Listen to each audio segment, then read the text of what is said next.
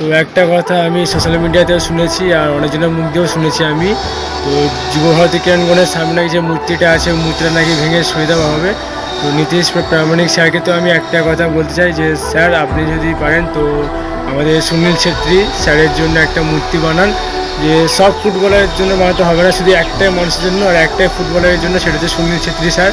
কারণ ওনার মূর্তি হলে আমাদের বাংলার ফুটবল এবং আমাদের ভারতীয় ফুটবলে অনেক উন্নতি হবে, অনেক গর্বিত হব। তো আমরা অনেক গর্বিত হব যে যদি সুনীল ছেত্রী স্যারের সেটা মূর্তি হয় অন্তত আমাদের সব ফুটবলের চাই একটা মানুষের চাই, সেটা হচ্ছে সুনীল ছেত্রী স্যারের। তো আপনি চেষ্টা করুন যে যেন সুনীল ছেত্রী স্যারের যেন মূর্তিটা বসানো হয়, আর কারো যেন না হয়। কারণ আমাদের ইন্ডিয়ার টিমে আমাদের ভারতের ফুটবলের জন্য অনেক কিছু করছে বা অনেক কিছু করেওছে, আরও করবে।